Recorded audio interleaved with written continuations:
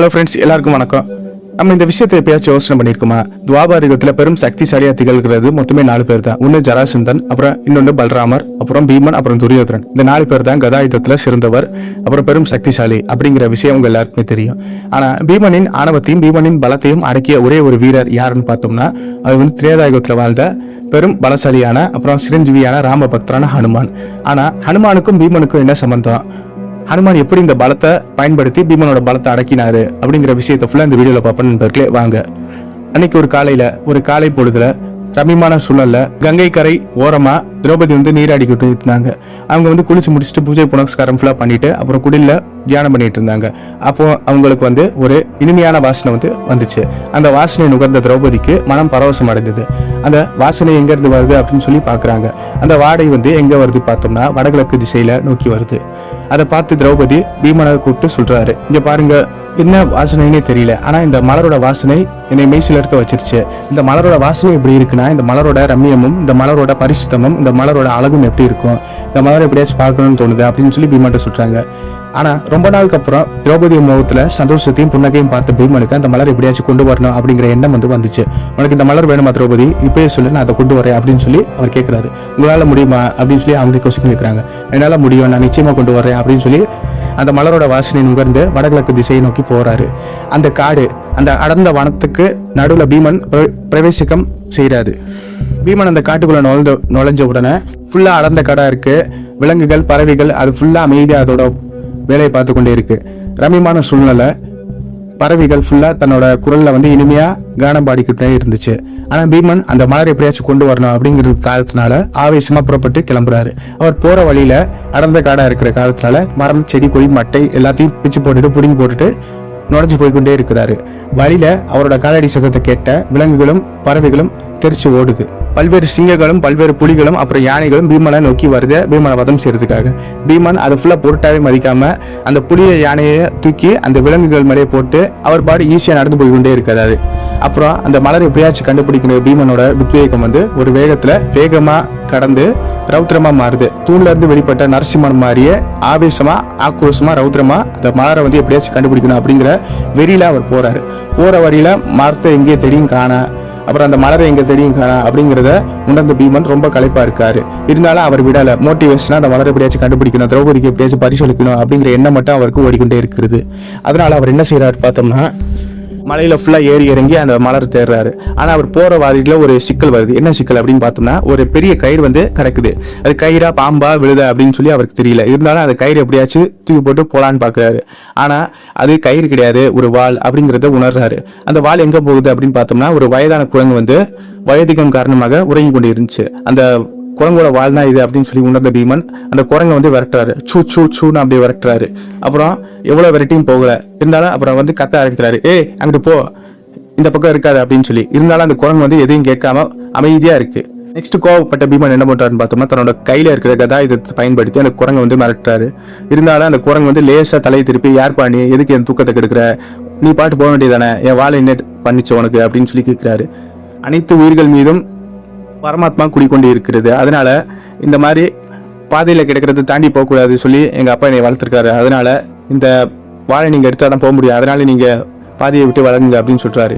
இருந்தாலும் அந்த குரங்கை நான் வைதிகம் காரணமாக தனியா படுத்து கொண்டு இருக்கிறேன், என்னால அசைக்க கூட முடியாது என் உடம்ப, அதெல்லாம் நீ அந்த வாழை எடுத்துட்டு போ, உன்னை பார்த்தா பெரும் வீரனா தெரியுது, பெரும் பலசிலையே தெரியுது, இந்த வாழெல்லாம் அவனுக்கு ஒரு மேட்டரா, எடுத்து அங்கிட்டு போட்டுட்டு போ அப்படின்னு சொல்லி அவரோட தோணிலேயே பேசுறாரு. இந்த வாழை தானே எடுத்து போய் போட்டு விட்டுருவோம் அப்படின்னு சொல்லி அந்த வாழை தூக்க ட்ரை பண்றாரு. அவரால் முடியல. ஃபர்ஸ்ட் லெஃப்ட் ஹேண்டை பயன்படுத்தி தூக்குறாரு, முடியல. ரைட் ஹேண்டை பயன்படுத்தி தூக்குறாரு, முடியல. 2 கையை பயன்படுத்தியும் தூக்குறாரு, முடியல. இறுதியா கோவப்பட்ட பீமன் என்ன பண்றாருன்னு பார்த்தோம்னா, தன்னோட கதாயுதத்தை பயன்படுத்தி பூமியை பேத்து அந்த வாள்ல நம்பி ஒரு கடப்பாறை எப்படி வச்சு நம்புவோம் அதே மாதிரி நம்பி தன்னோட 10,000 யானை பலத்தை பயன்படுத்தி அந்த வாழை அசைக்க முயற்சி செய்யறாரு. இருந்தாலும் அவரால் முடியல. என்னடா இது எனக்கு வந்து சோதனை அப்படின்னு சொல்லி பீமன் தலையை சொரிஞ்சுக்கிட்டே பாக்குறாரு. ஏ வானரமே, யார் நீ, இந்த வாழை எடு, தயவு செஞ்சு எடு, இல்லைன்னா உன்னை நான் வதம் செஞ்சிருவேன், என் வாழையை அசைக்க முடியல, நீ வதம் செஞ்சிருவேன் அப்படின்னு சொல்லி நக்கலா அந்த குரங்கு பேசுது. இருந்தாலும் கோவப்பட்ட பீமன் அந்த வானரத்தை தாக்காம பொறுமையா யோசிக்கிறாரு. நமக்கு வேற டைம் ஓடுது, இந்த குரங்கு வேற என்னை பிரச்சனை பண்ணிக்கிட்டு இருக்கு அப்படின்னு சொல்லி. அப்புறம் இறுதி என்ன பண்றாரு பார்த்தோம்னா, அந்த வாழை எவ்வளோ ட்ரை பண்ணி அவரால் தூக்க முடியல. இருந்தாலும் அந்த குரங்கு கூட சண்டைக்கு போறாரு. இப்போ அந்த வாழை இருக்கிறியா இல்லைன்னா உன்னை காலி செய்வா அப்படின்னு சொல்லி. முடிஞ்சா என் வாழை அசிச்சு பாரு, இல்லை காலி செஞ்சு பாரு அப்படின்னு சொல்லி அந்த குரங்கு நக்கலா பேசுது. அப்புறம் எவ்வளோ ட்ரை பண்ணி அவரால் முடியல. நான் ஆஞ்சநேயரோட ஒரு வழி சகோதரன், வாயு பகவானின் மகன். என்னால் இந்த வாழை அசைக்க முடியலன்னா இது பெரும் ஒரு அரக்கனா இல்லை ஒரு மாயாவதியாக இருக்கும், இல்லைனா அனுமானா இருக்கலாம் அப்படின்னு சொல்லி யோசனை பல்வேறு வருது. நீ யார் அப்படின்னு சொல்லி உன் கதையை கேட்குறாரு.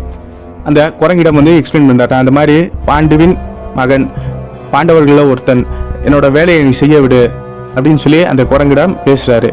நீ பெரிய வீரனா இருக்கலாம், பழைய பலசாலியா இருக்கலாம், என் வாழை அசைக்க முடியலையா அப்படின்னு சொல்றாரு. நான் வாயு பகவானின் மகன், ஆஞ்சநேயரின் ஒரு வழி சகோதரன், அதனால எனக்கு இதெல்லாம் ஒரு விஷயமே கிடையாது. நீ என்னமோ ஒரு மாயம் செய்கின்ற, அதனாலதான் அசைக்க முடியல. மரியாதை இந்த வாழை எடுக்கிறியா இல்லை நம்ம உயிரை விடியா அப்படின்னு சொல்லுது. ஆனா பீமனுக்கு அந்த குரங்கிடம் போர் செய்ய விருப்பம் இல்லை. இருந்தாலும் கோவப்பட்ட பீமன் அந்த குரங்கை தாக்க ட்ரை பண்றாரு. அவரு தன் கதா எடுத்து பயன்படுத்தி அடிக்க பார்க்கும்போது அந்த குரங்கு மறைஞ்சு போயிடுது. அப்புறம் பின்னாடி வந்து நான் இங்க இருக்கேன், நீ என்ன முன்னாடி யாரை போய் தாக்கி கொண்டிருக்க அப்படின்னு சொல்லுது. சரி பின்னாடி திரும்பி அட்டாக் பண்ணலான்னு பார்த்தா மார்த்து மலை இருக்கு. இப்படியே சொல்லி பீமனை அலக்கழிச்சு சோர்வாக்கிடுது. அப்புறம் பீமன் இதை உணர்ந்து இது சாதாரண விஷயம் கிடையாது, இது ஆஞ்சநேயரா இருக்கலாம் அப்படின்னு சொல்லி, நீங்கள் தானா அண்ணா, என்னிடம் ஏன் இப்படி விளையாடுகிறீர்கள், எதிரில் வாருங்கள் அப்படின்னு சொல்றாரு. அப்புறம் ஆஞ்சநேயர் என்ன பண்றாருன்னு பார்த்தோம்னா, ஜெய் ஸ்ரீராம் அப்படின்னு சொல்லி முழக்கத்திலேயே தன்னோட சுயரூபத்தை காட்டாரு. இங்க பாரு பீமா, நீ எவ்வளவு பலசாலியா இருந்தாலும் தர்ம நியாயத்தையும் கடைபிடிக்கிற, உன்னோட குடும்பத்துக்கு சந்தோஷம் எவ்வளவு முக்கியமோ அதே மாதிரி என்னோட கடமை எனக்கு முக்கியம். நீ என் சகோதரனா இருக்க, இந்த காட்டை தாண்டி செல்லக்கூடாது, இந்த காட்டுல பெரும் ஆபத்தும் பெரும் நெகட்டிவ் வைப்ரேஷனும் இருக்கு, உன்னை எச்சரிக்கிறதுக்கு தான் வந்தேன், அதனால திரும்பி போயிருது அப்படின்னு சொல்றாரு. அண்ணா நீங்கள் செய்வதெல்லாம் சரிதான், இருந்தாலும் அந்த மலர்கள் எனக்கு வேணும். திரௌபதி முகத்தில் புன்னகையை பார்த்தேன், அதனால அந்த மலரை இல்லாம போனா அவன் மனசு கஷ்டப்படும், அதனால தயவு செஞ்சு நீங்க எனக்கு உதவி பண்ணுங்க அப்படின்னு சொல்றாரு. ஓகே செய்கிறேன், இருந்தாலும் நீ பலசாலியா இருக்க, அப்புறம் பலத்தால ஆணவத்தையும் பெரும் பெற்றுட்ட, அதனால உன்னை சோதிக்கிறதுக்காகவும் உன்னோட பலத்தை டெஸ்ட் பண்றதுக்காகவும் தான் நான் இப்படி பண்ணேன். அதனால இனிமேலாச்சு நமக்கு மீறிய சக்தி நிறைய இருக்கு அப்படின்னு சொல்லி ஒத்துக்கிட்டு இறைவனிடம் சரணனாகி விடு, அப்போதான் எல்லாருக்கும் நல்லது அப்படின்னு சொல்லி ஆஞ்சநேயர் வந்து அறிவுரை பண்றாரு. அப்புறம் யுத்த தந்திரத்தை ஃபுல்லா கத்துக் கொடுக்குறாரு, யுத்தத்துல எப்படி போர் செய்யணும் எல்லாத்தையும் சொல்றாரு. நெக்ஸ்ட் வந்து நீ ஒரு வார்த்தை சொல்லு பீமா, இப்ப என்னைய நீ பார்த்துட்ட, யாராலையும் பார்க்க முடியாத பெரும் தரிசனத்தை நீ பெற்றுட்ட, அதனால ஒரு வார்த்தை சொல்லு. அந்த கௌரவர்களையும் சரி, உன்னோட அஸ்தினாபுரத்துல இருக்க எல்லா எதிரிகளையும் சரி, நான் எல்லாரையும் சிறைப்பிடித்து வந்து உங்ககிட்ட ஒப்படைக்கிறேன், நீ அவர்களை வதம் செஞ்சுக்க அப்படின்னு சொல்றாரு. ஆனா இருந்தாலும் நீங்கள் வந்து நினைச்சிருந்தா ராவணன் அப்புறம் அவங்களோட சாம்ராஜ்யத்தை ஃபுல்லா அழிச்சிருக்க முடியும். ஆனா அதை நீங்க செய்யாம ராமனின் சிறப்பை கெட்டுவிடக்கூடாது அப்படிங்கிறது காரணத்தினால நீங்க அமைதியா இருந்து ராமருக்கு துணையா நின்றிருக்கீங்க. அதனால பாண்டவர்கள் எங்கள் சிறப்பும் கெட்டுவிடக்கூடாது, உங்களோட சகோதரின் பலத்தை நீங்கள் பார்க்க வேண்டும், அதனாலதான் நானே எங்களோட எதிரிகளை வின் பண்ணிக்கிறோம், நீங்க எனக்கு ஹெல்ப் பண்ணிட்டு பண்ணுங்க, எல்லாத்தையும் சொல்லிக் கொடுங்க அப்படின்னு சொல்லி கேட்கிறாரு. நீ என் சகோதரன் என்பதை நிரூபித்து விட்டாய் அப்படின்னு சொல்லிட்டு ஆறு தழுவுறாரு. அப்புறம் பீமன் வந்து அவர்கிடம் ஆசி பெறாரு. பீமன் வந்து அனுமானின் காலில் வந்து நமஸ்காரம் செய்யறாரு.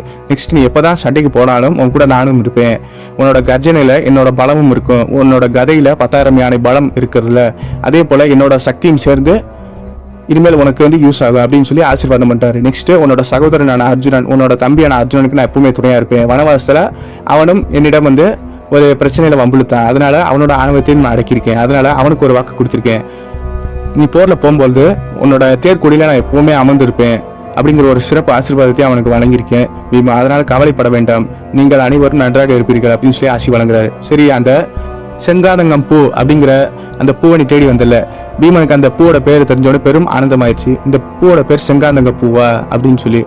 அப்புறம் அந்த பூ எங்க இருக்காண்ணா அப்படின்னு சொல்லி கேட்டாரு. இது வந்து குபேரனோட தோட்டத்துல இருக்கு, அந்த குபேரனோட தோட்டத்துல பல்வேறு வீரர்களும் பல்வேறு அரக்கர்களும் எக்ஸர்களும் அப்புறம் கிண்ணர்களும் இருக்காங்க, அதனால நீ ஜாக்கிரதையா போ அப்படின்னு சொல்றாரு. பாத்துக்கிறேன் அப்படின்னு சொல்லி ஆசி பெற்று அங்க இருந்து கிளம்புறாரு.